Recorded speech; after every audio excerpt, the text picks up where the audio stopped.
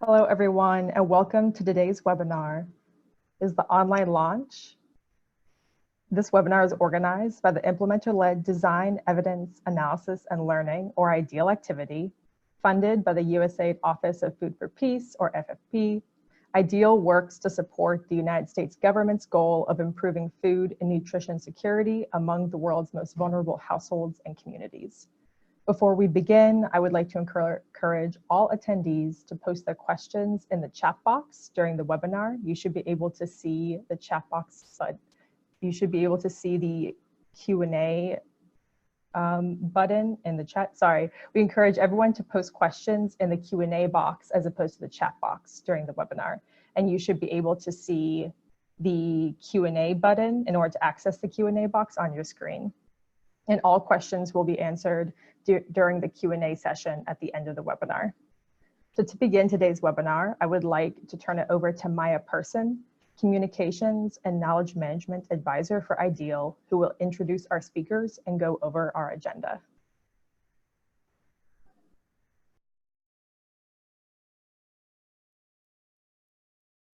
Hi, everyone. Thank you so much for joining us today.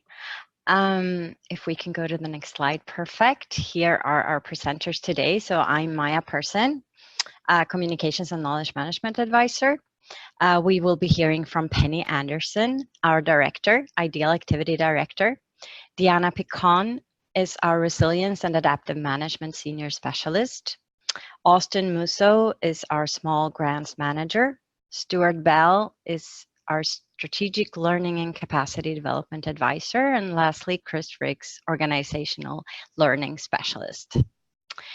Our agenda today will start with an overview of IDEAL, and then an introduction to the 4 pathways: capacity strengthening, small grants, stakeholder consultations, and peer-to-peer collaboration. Lastly, we'll have a Q&A where we'll try to address all your questions. And Kim already explained how you can post those questions in the Q&A box. So thanks again for joining, and here I'll hand it over to Penny. Hi, everyone. I'm glad to talk with you today about the IDEAL program. Let me start by giving you IDEAL in a nutshell. Next. Okay, so IDEAL is a 5-year Leader with Associates Award. We are in our first year, and we will be going until 2024. We are funded by the USAID Office of Food for Peace, and we are implemented by a consortium of 4 organizations: Save the Children, the Kaizen Company, Mercy Corps, and Tango International. And you'll have seen on the title slide that the acronym of IDEAL starts with implementer-led. And for us, that is something that we see central to our mission and our mandate. When you look at the different organizations which make up the IDEAL consortium, we are implementers. And this is a mechanism that Food for Peace has funded implementers to work with other implementers in recognition of all the strengths and knowledge that is already contained within the implementing community that can help everyone do a better job implementing food security programs. So let me tell you about our goal. Next. Okay, so the goal of IDEAL. Ultimately, the goal is to strengthen food and nutrition security, and that is among Food for Peace target populations. So anywhere that Food for Peace works is a place where IDEAL can work as well, and with the same high-level goal, which is to see fewer hungry people in this world. Now, we are aiming to achieve our goal through promoting systems levels approaches, and those systems level approaches should improve design and implementation and just the overall effectiveness of programs, both development and emergency programs. Next. So if those who are listening right now are familiar with Food for Peace programming, when you look at our goal, you might recognize some familiarities, because the goal for IDEAL is based on the goal for Food for Peace in their current strategic plan. So Food for Peace is aiming to improve food and nutrition security amongst vulnerable populations, and those are the exact same populations we are targeting as well. And when Food for Peace redid their strategy, they added the second objective, talking about communities and institutions transformed. For many, many years, Food for Peace has been working at the household level, doing wonderful work with lives and livelihoods. But when you think about sustainable food security, you really need to be thinking about what are the systems within countries themselves that can maintain a state of food security, thinking about communities and thinking about institutions. Now, in IDEAL, we've spent a lot of time talking about the wording of our goal. And you'll see, if you look back up at our goal, we talk about promotion of systems level approaches. And we've had a lot of conversations about what do we mean by systems level? And Food for Peace's SO2 is one of our answers to that. Although we want to support and strengthen the work that everyone is doing with vulnerable households to give them the ability to feed themselves, we also want to be thinking, what are some of the ways forward out of hunger that can be maintained by the people themselves that we serve, so we can achieve some level of sustainability. So that's what we're aiming to achieve. Next. When everyone registered for this webinar, we asked people, what are questions you have? And a number of people came back and said, well, I know the TOPS program, and how is IDEAL similar and different from TOPS?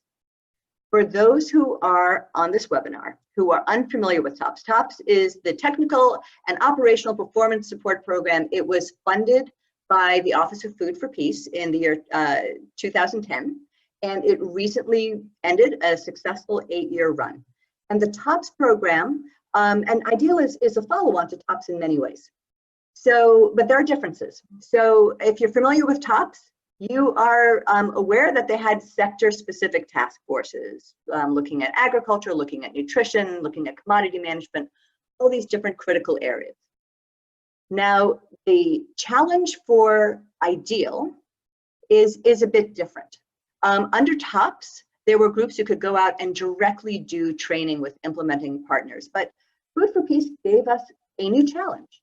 They said, you know, if we really want to think about sustainability, and if we really want to think about systems, when we work with implementing partners, they shouldn't necessarily need a group like IDEAL or TOPS to come in from the outside and give this training. Instead, capacity building should be a discipline unto itself within implementing partners. So all the organizations out there will have the tool and the links and the resources they need to not only attain but maintain the ability to assess food security conditions on the ground, to design effective programs, to measure what they're doing, and to keep that going into the future. So that's a bit difference between TOPS and IDEAL.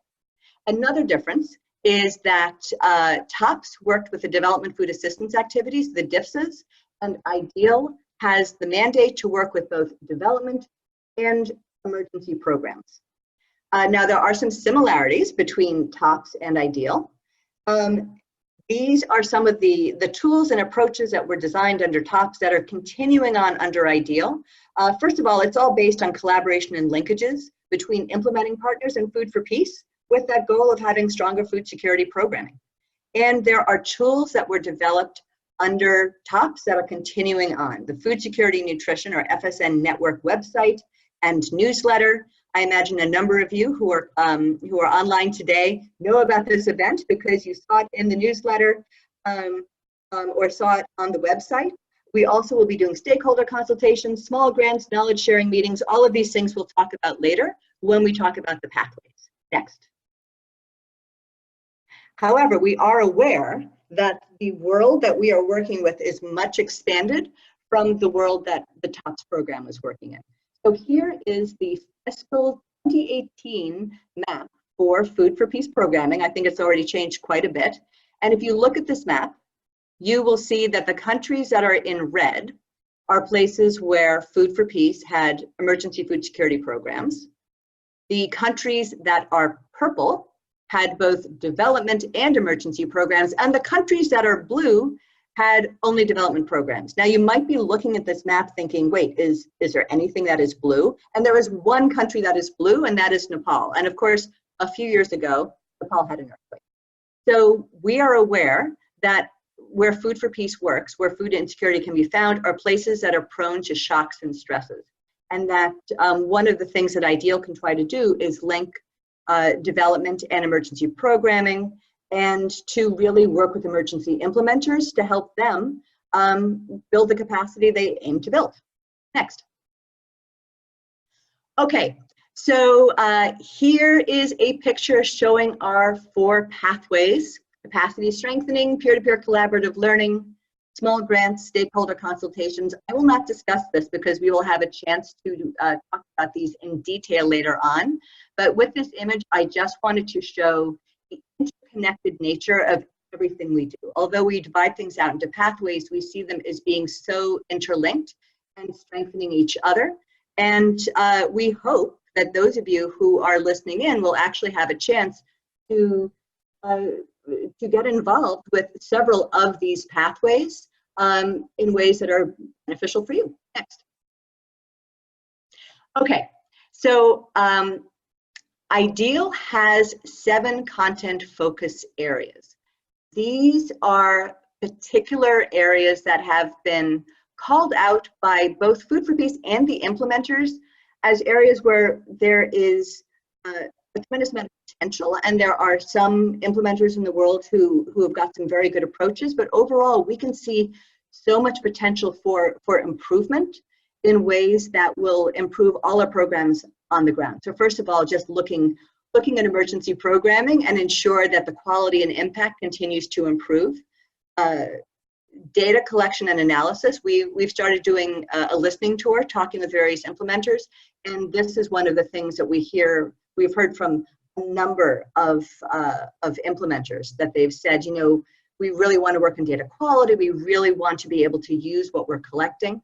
That, of course, goes straight into our 3rd content focus area, which is adaptive management, applying what we've learned, making sure that we've got integrated activity design, sustainability and planning for exit is something I think we're all very aware of from the very beginning of our programs all the way to the end. How do we ensure that even if we've had impact, it can last beyond the end of the program cycle? And then also, if you look at sustainability, you need to be thinking about sort of the behavior change, and you need to be thinking about social dynamics. So equity, empowerment, social cohesion, social accountability. These are also critical to strong and sustainable food security impacts around the world. And so these are particular areas where we will be working with Food for Peace and the implementers to identify particular tools and approaches and lessons learned to help all of us. Next. Okay, so we've been talking about all of these different pathways, all of these different approaches, and you might be thinking, okay, well, what does that mean for me? How would I connect with the IDEAL program? So here is one example of someone who might connect with IDEAL. Here's Dorian. Dorian's based in West Africa. She is a gender advisor for a local NGO. And in the country and in the region where Dorian works, there has recently been, there's recently been an emergency, and her organization has just won its very first emergency food security program. So this is an exciting opportunity. But when Dorian is looking at this new grant, first of all, she's been doing this a long time. She knows the communities really well. But when she looks at this new program funded by Food for Peace, some of the wording is different. Some of the indicators are a bit different from what she's used to. And she's thinking, well, how do I best go about designing this program and measuring what we do in a way that's going to really communicate itself to this donor?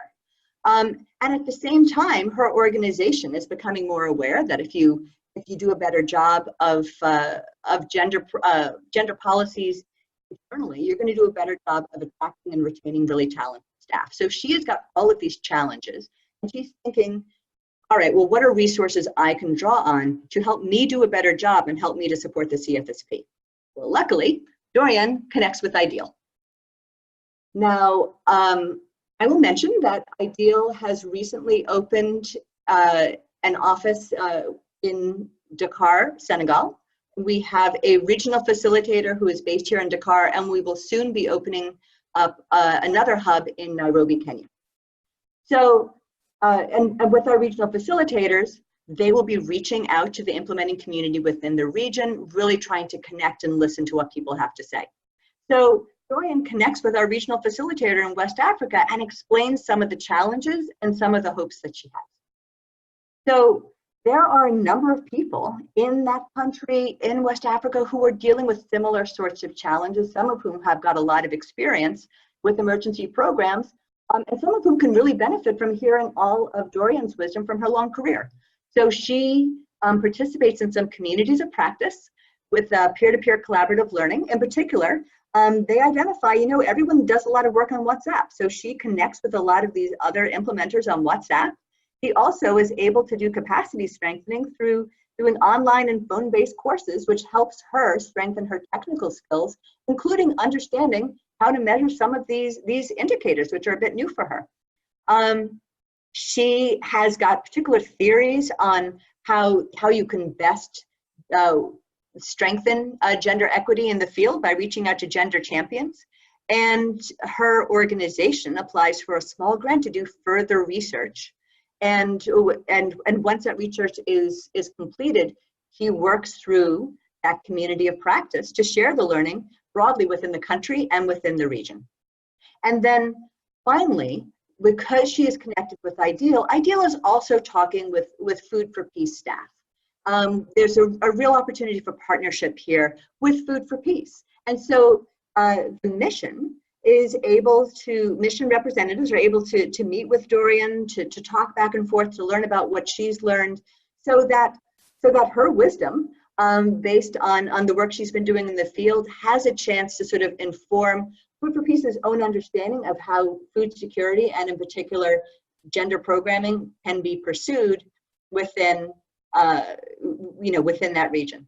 And at the same time, she is linked with resources that enable her organization to do a better job in attracting and retaining a diverse group of experts. So the end result, our dream end result, is that but because of IDEAL being able to connect Dorian with these people and these tools and these resources, it leads to a better program. The Emergency Food Security Program is able to do a better job of targeting and having sustainable impact. They're able to do a better job of reporting and measuring and telling their story. And the organization overall is better able to implement programs like this and successfully apply for future Food for Peace programs, because they have shown that they have got the capacity and the vision to improve food security. So that is our vision of how all of this can work. Next. So now we want to get into a bit more detail of our different pathways and the ways in which you can connect with the IDEAL program. So I'm going to hand over to Diana Picon, who will tell you about our capacity strengthening approach. Thank you so much, Penny. I'd like to introduce you to the capacity strengthening pathway, everyone. And as Penny mentioned earlier, our mission is to make sure that the technical and management tools, approaches, and linkages you need are not only available, but also accessible to you, and in the modalities that make them easy for you and your partners to use in the design and implementation of your programs. To do this, IDEAL is taking an approach, as Penny mentioned earlier, on institutionalizing capacity strengthening and relying at the same time on tailored methods that address capacity strengthening needs. We want you ultimately to be leading and sustaining these efforts and connecting and collaborating with other partners and stakeholders closer to you who may have similar needs and who can share their knowledge, experience, and capacity. Penny touched upon those 7 content focus areas that you see at the bottom of the screen, and our efforts under this pathway, and really under all of our pathways, will prioritize them. The first step is figuring out what are your capacity strengthening needs and how IDEAL can work with you to address them. Some of you may already have tools to assess these needs, and we can help you facilitate that process and measure progress towards addressing those needs. And for those of you who do not have the tools or resources to do so, we're adapting a tool that can be used both by organizations and consortiums to self-assess capacity and put together a plan to strengthening. We know there's a wealth of information out there. We will continuously scan for new and existing tools and resources. We will collaborate with the experts, basically you, in facilitating those that are most useful, curating them if they're too complex, but necessary to the emergency and development communities we aim to target.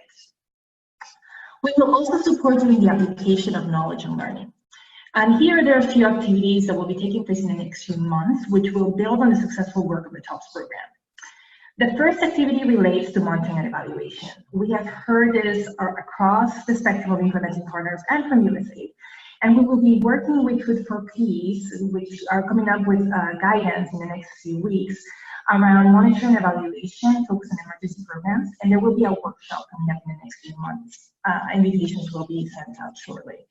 The second set of activities is around theory of change, a very successful activity under the TOPS program. And we know also that you want more assistance in understanding how to use those theory of change and how to adapt your program with it. We plan to organize workshops in the field and in Washington, D.C. using a trainer-traders model on theory of change development. Organizations that attend this training will be expected to support participants to roll out trainings at HQ, field level, and with local partners as appropriate. At the same time, as we're supporting DIPSAs to use theory of change systematically throughout the program cycle and as part of their adaptive management strategy, we will provide guidance and tools to help you apply all the wonderful formative research data along with monitoring data you already have.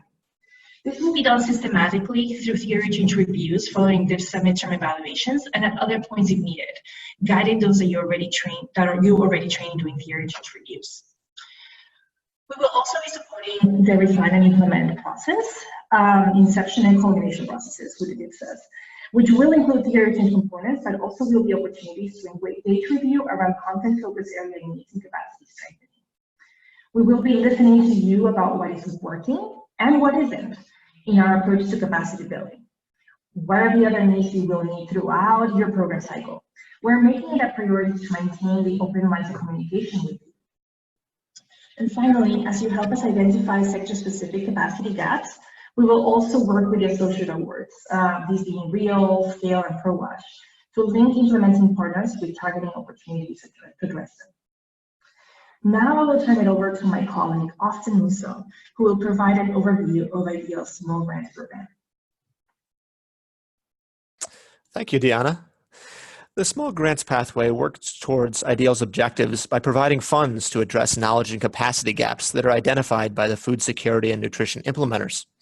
Whether through a peer-to-peer meeting or just in your daily work in the field, we know that implementing organizations will continue to identify numerous challenges and potential solutions. So we're really excited to now have the Small Grants Program as one avenue that funds implementing organizations to resolve those knowledge gaps and create practical resources.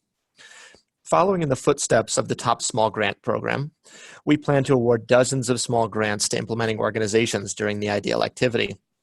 These grants can be standalone projects, or they can be utilized as opportunistic funding. You know, for an example, when a large project or program has a very strict budget and they don't have the flexibility to spend $10,000 or $20,000 to develop a tool and put on an event and answer a question that has just come up through the larger program. We see these as grant funds being able to contribute to a larger project in that way. These small grant programs can support things like applied research, testing of innovative approaches, and strengthening knowledge management systems in food security programming. Over the next few years, the Small Grants Program will help build a comprehensive library of high-quality resources on the FSN website, as well as contribute resources to the USAID Development Clearinghouse. We don't want these grants to just benefit the one organization that receives the award and their communities, but we really seek to create and share resources with the international food security community. This broader applicability and sharing of knowledge is a key theme that you're going to keep hearing about in IDEAL and the Small Grants Program, so take that into consideration with your small grant application. Whenever you do choose to apply, I would say it's really important to ensure your application focuses directly on one or more of the content focus areas. Those are the 7 areas mentioned by Penny earlier in the presentation. Additionally, I would recommend reviewing the Food for Peace strategy from 2016 to 2025 and to the upcoming Food for Peace learning agenda. I think will both be important to incorporate as you're thinking about project ideas in your application. Our first RFA was just released earlier this month, and we're welcoming US NGOs, non-US NGOs, institutions, for-profit organizations, and even institutions for higher education to apply. We want to be very clear that no USAID experience is required to apply for a small grant, but it is recommended. It will make things easier since you're going to be dealing with USAID funds. There are 3 grant mechanisms which we'll be using under IDEAL, and you can see these on your screen as those 3 cogs. The first 2 will mirror what some people remember from the top small grant program. The microgrants are the largest cog there, and they are the $50,000 fixed amount awards that can be used for things like developing a new tool or hosting a knowledge sharing event. As a fixed amount award, we will not require financial reporting, but payments will be made based on when milestones are completed going through the project. Given the lack of financial reporting, I think this is a great opportunity for any NGOs and faith-based organizations that don't have experience yet with USAID or Food for Peace. The MicroGrant RFA was just released on July 2nd, so you can find more information on our website, and we'll be posting the link in the chat box in just a moment if you haven't seen that yet.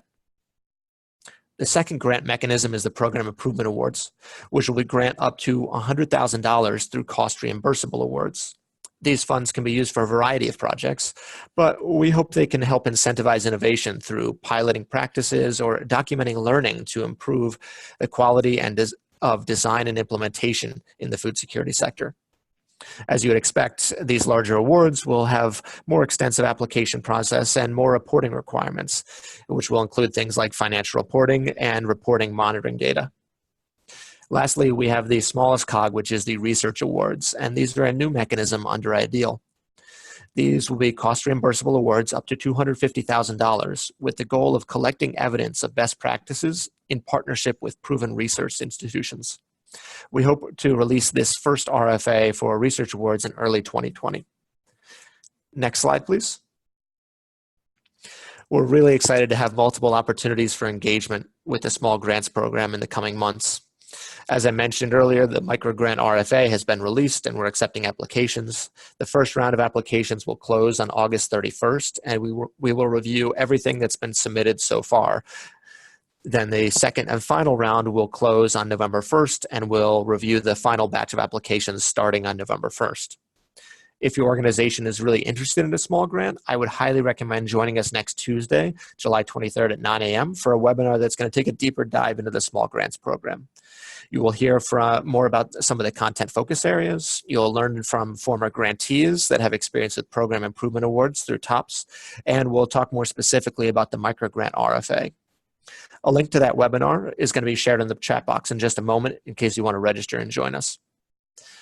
Lastly, please keep an eye out for the Program Improvement Award RFA, which we hope to release in the next 2 months.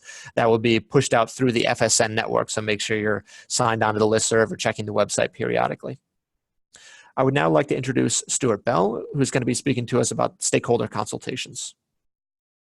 Austin, thanks so much. Hey everyone, I'm so happy to be talking to you today about stakeholder consultations. Going back a couple of slides, if you recall, stakeholder consultations were done on the TOPS and were quite successful actually. And so within IDEAL, we want to build on that success and take the progress forward. I'll say some more about that in a bit. And then going even further back to the top of the presentation, the goal of IDEAL, Penny mentioned systems level approaches. Now, when we talk about systems level approaches, we're talking about things that get us mileage, things that will impact the way we work, the way we learn, the way we make decisions and prioritize, and even to the way we think about how we go about making change happen. Okay, so it's a really inclusive and participatory adaptive space you want to introduce on the IDEAL. For example, a stakeholder consultation might ask the question, well, what's working and what's not working? How do we know it's working? When does it work? Is it different in a development context versus an emergency context?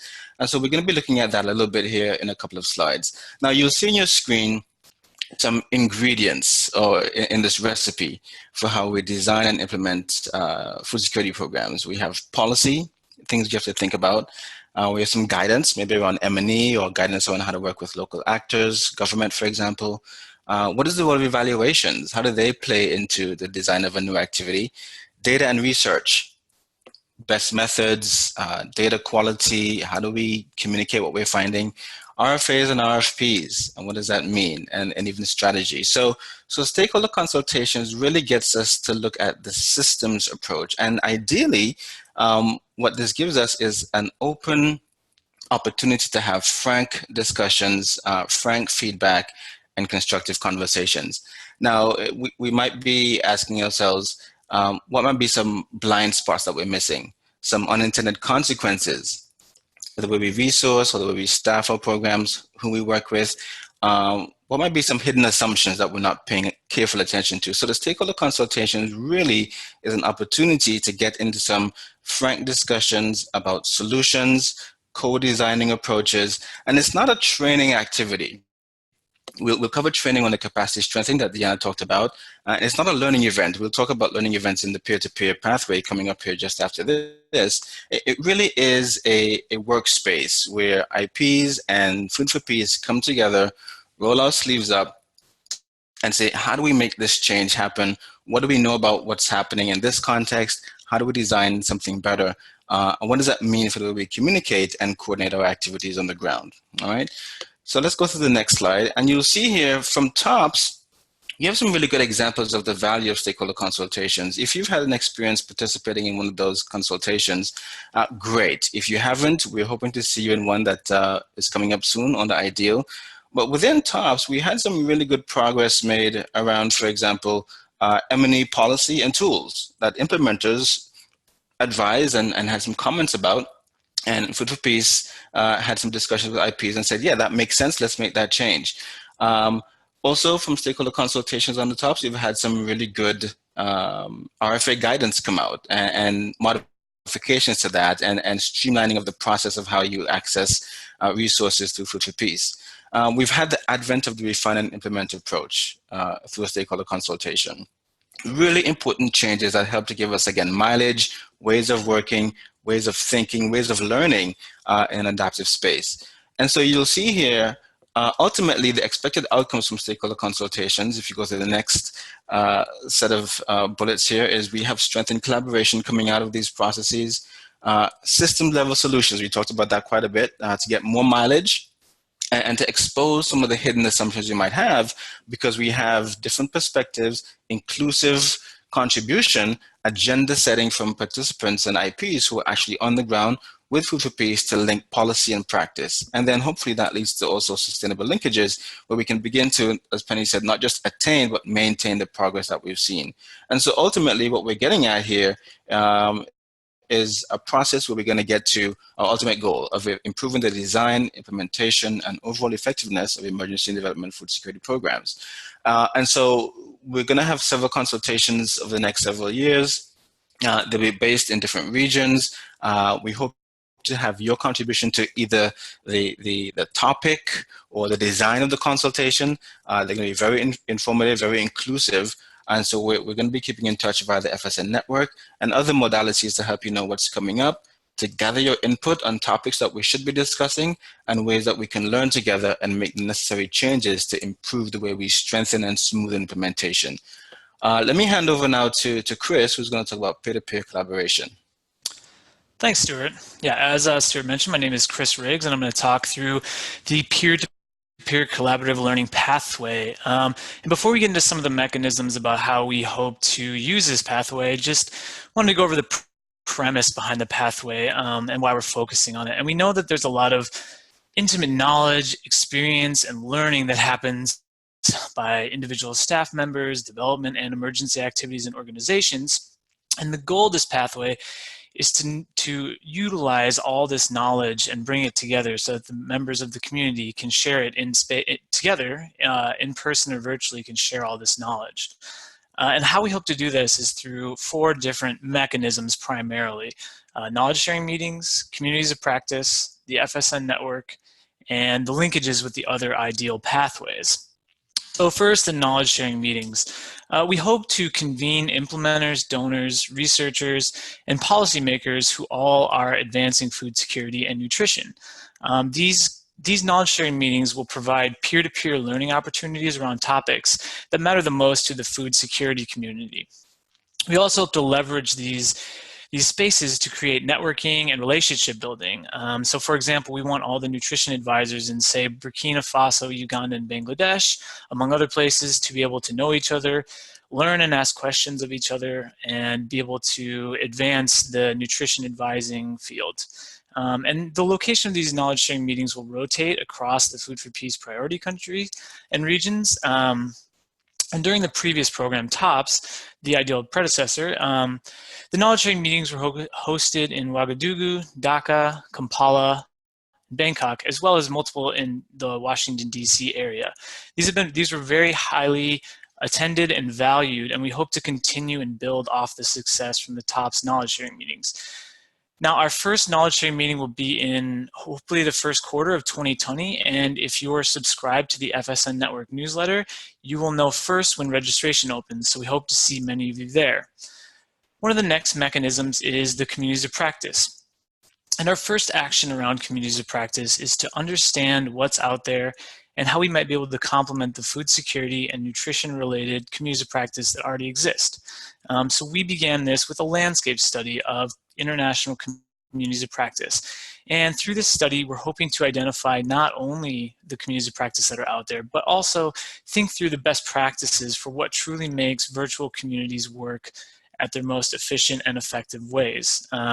So IDEAL will be sharing this landscape study with everybody. And again, this will happen through the FSN network. So if you are subscribed, please, you'll find that when it comes out. And if not, please subscribe and you'll see that when it comes across.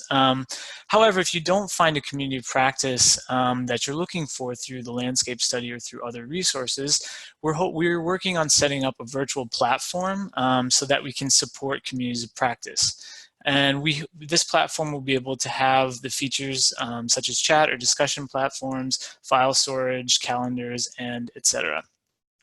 The third mechanism through which the IDEAL will support peer-to-peer learning is through the Food Security and Nutrition Network website, or the FSN network. If you have not visited this website, I highly encourage you to do so. On it, you will find practical tools and resources, details about past and upcoming events, among other things. Over the next few months, IDEAL is working to do a website refresh to make the site more user-friendly. Some of these updates will include a new sitemap, a streamlined navigation bar, a more effective search function. We're also updating and embedding the taxonomy with some technical experts, which will make it easier for you to find what you're looking for, be it a document, a webinar recording, or an event. As I mentioned earlier, we're also looking into adding a platform for IDEAL supported communities of practice. Lastly, when we talk about linkages, we're talking about how we deploy the peer-to-peer learning mechanisms through the other pathways so that we can extend the reach of knowledge that's generated by, say, capacity strengthening, small grants, or stakeholder consultations.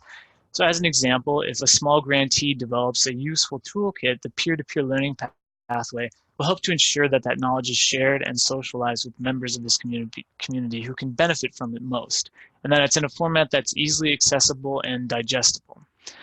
As we are an implementer-led program, we really want to hear from you, and I've mentioned a bunch of these mechanisms, but we are open to other ones, so we look forward to hearing from the community. I will now turn it over to Maya Pearson for some Q&A. Thank you so much, Chris, and thank you to all of our presenters. We'll dive into the Q&A session, and we have a question from Lindsay. What is the plan for transitioning the sector-specific task forces from TOPS within IDEAL? Maybe Penny can answer that one. Sure thing. Thanks a lot for your question, Lindsay. And I hope that when you were hearing Chris talk about our peer-to-peer learning strategy, it helped provide some of the answers. One of the first things I want to do is actually make a mention of some sibling programs of ours that have also come up in this presentation, which is the SCALE program, which is focusing on agriculture, livelihoods, and natural resource management. ProWash, which is working with water, sanitation, and hygiene, and REAL, which is working with resilience. These are programs which are funded by USAID, and they are also working directly with implementers. And for example, the SCALE program if you were in the task force that was working with agriculture, Andrea Mottram, who worked with the TOPS program, is continuing on in scale. So you will see a continuation there. But otherwise, what we're aiming to do, as Chris was saying, we're doing this landscape study to sort of figure out, well, what communities of practice are already out there? Like, who can people be connected with? What are already vibrant groups of people coming together and connecting on these issues? So if you connect with us, we can try to figure out, is there already an existing community of practice where you can have these ongoing conversations? And we can also work with you to facilitate groups to talk things through, both communities of practice and also thematic groups. And by thematic groups, we mean if we can get people together around a very specific deliverable, then that can be a very practical way for everyone to come together and come up with a particular deliverable that is desired by the group. Everyone can take a look at it, and we're able to not have. So sometimes we can have ongoing groups of colleagues who want to have a high-level conversation on particular topics, but other times people just want to come together around a specific task. We want to facilitate that as well. Thanks.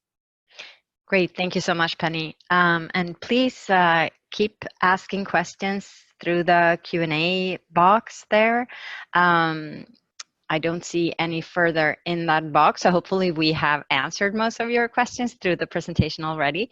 But I will pull a couple questions that we have received through the registration form that we haven't talked so much about. One is around emergency programming. So this is a new area for IDEAL compared with TOPS. And there are some questions around implementing partners working in the emergency space, with emergency programming. So how can those partners in particular benefit from and engage with IDEAL? Penny, if you would like to take that one too. Sure, back to me. Right, well, something which is really exciting for IDEAL is the ability to start working with emergency implementers. TOPS had a really good experience working with the development programs, and we think expanding over to work with emergency implementers is a really great part of our mandate. But okay, first of all, we're aware that people who are working with emergency programs are very busy people working in very volatile contexts, and people don't have a lot of extra time necessarily. I mean, they need what they need and in a timely way. So the first thing we need to do is listen to the emergency implementers. And we've already started that conversation as part of our listening tour. Perhaps some of you who are calling in right now have had a chance to talk with some of our representatives about what are some of the challenges and opportunities you are facing. So that's the first thing you want to do is understand more about the nature of the challenges and the desires for the emergency implementers and how they're similar and different from those of the development programs. And then we think the pathways that we have been discussing around connecting people with resources for capacity strengthening linkages across various implementers, applying for the small grants program, and then doing stakeholder consultations for conversations together with the donor. Those can be really useful for those who are working in the emergency space. As part of our listening tour so far, we've actually identified a lot of people who have said, we really want to know how other emergency programs are tackling the kinds of challenges that we're looking at. And so that shows us that the pathways we have built on this peer-to-peer learning can help bring people together who are experiencing similar challenges and have some good solutions or ideas that they can share with the community. Great, thank you. We have another question now from Mette Carlson around cooperation with other USAID funded projects that are a little bit similar to IDEAL, such as the FANTA follow-on called Advancing Nutrition and other similar initiatives funded by the Bureau for Food Security, USAID Health, and so forth. What is the plan for sort of linking with those? And I think that this is for Penny as well, unless... Okay, all right. We have some other questions that will go to other folks, but I'm Yeah. very happy to answer on this. And yes, this again was thought about in the design process for IDEAL, that we are aware that we are part of this larger universe of programs that have been established by USAID and others to work with implementers in the field. So what we aim to do, and what we think some of those other programs aim to do, is to work together collaboratively and connect people with what all of us are doing. So if you come to IDEAL with a question having to do with nutrition, it might be something where, you know, where we're able to connect you with a group like Advancing Nutrition. There might be work that Advancing Nutrition is doing that is directly relevant to your question. And so we, you know, if you have questions about agriculture, we can link you with SCALE. If you have questions about resilience, we can link you with the REAL program. If you've got questions about cash and markets, there's the Cash and Learning Partnership, CALP. So part of our landscape study is ensuring that we are aware of the other programs out there, that we are not duplicating efforts, but that we are doing our bit to help connect people with the real wealth of resources that have been made available to implementers to do a better job. Thanks. Great. So also through the registration form, and we have received a question around the implementer-led part of the name of IDEAL. How is IDEAL planning to be truly implementer-led? Maybe Stuart can talk a little bit about this. Yeah, hey, thanks, Maya. That's a great question. Something we continue to ask ourselves within IDEAL. And I think, first of all, being implementer-led suggests to us that we want to be, and we're committed to being responsive to the voice of IPs, right? So it's continuing to listen to what the needs are, what the priorities are, what the reality is for implementers working in these, you know, sometimes difficult contexts. So for IDEAL, we've begun our first year with listening. It's been a listening tour. We've listened to emergency actors, development actors, folks in the UN, Food for Peace, USAID.